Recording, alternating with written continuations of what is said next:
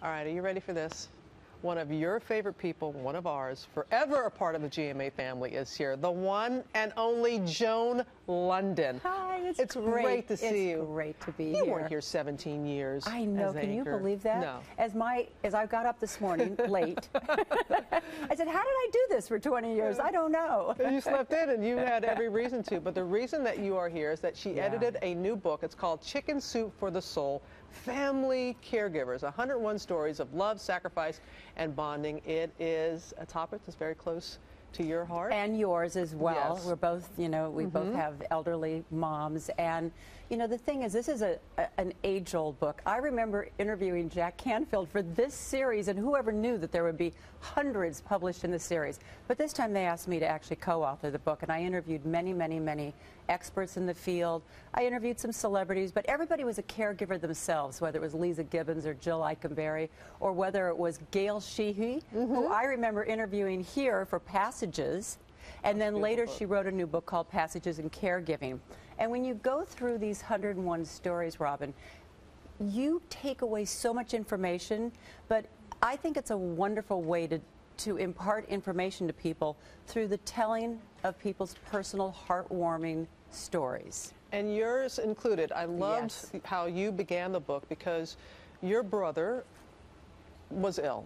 Type 2 diabetes, and he could not take care of himself, so you put him with your mom in an apartment. Your brother, unfortunately, passes away all of a sudden. Your mother's 88 at the time, and then you're having to look up and go, okay, what do I do now? How did you go about finding the right fit for your mom, Joni?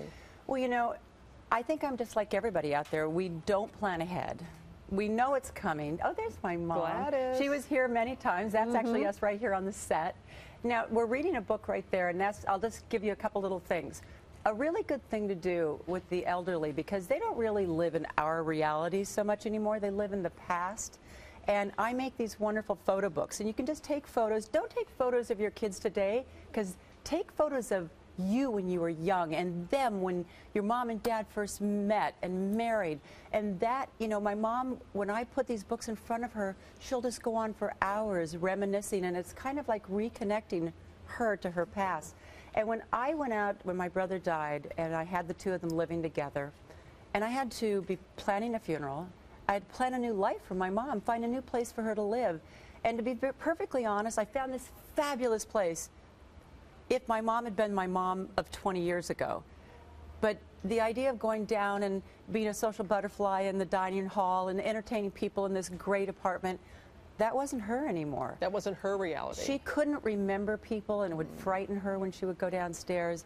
And, it's hard to get parents to talk about their end-of-life issues. But it's a very important conversation to have. It's so important. If everybody out there this morning, if you just hear one thing, start the conversation. Like at the next time you guys all get together as a family, start the conversation with your parents and with your siblings, grown adults.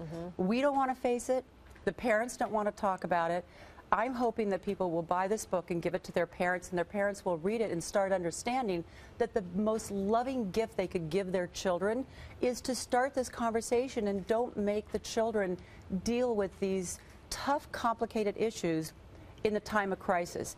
Because, I finally got a senior advocate, and they helped me assess my needs and figure out where should my mom really be? Because I moved her around from place to place until I got professional help. Elder lawyers, they can help you through all the legal issues. And, through all of this, I become an advocate for the field, and I was hired by A Place for Mom, aplaceformom.com. It's free to the consumer.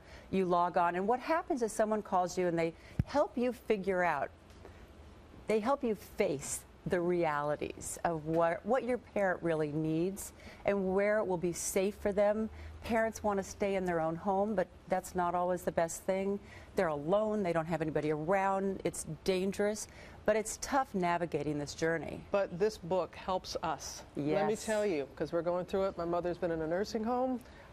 thankfully, we think she's going home this weekend, back home. We're so excited, but it's been a journey and a process, and it's going to be ongoing, good Lord willing. And you know, if nothing else, when you read it, you just realize you're not alone. You're not alone. I know, and you are definitely not alone. Lindsay, who we watched grow up, she's engaged? Yes, the little twins are 7 and almost 9. Lindsay's engaged, getting married in August. She works with my company, travels all over the country with me. There's Lindsay, to the left. And Sarah, she works at Bravo. She's the assistant to the president of that network. And Jamie's in PR, and they're all go-getters. Lindsay's been on the road with me around the country. We just came in last night from the Chicago Housewares show, launching a new line of cookware. Because I'm forever the health advocate. I can't help myself. You are nonstop, and you always have a home here. And thank you so much for this book. I love coming here. I'm going to have you sign one for my sister. All right, terrific. You give your mom a big hug for me. You give. Oh, hi, Mom. To my mom, hi Gladys.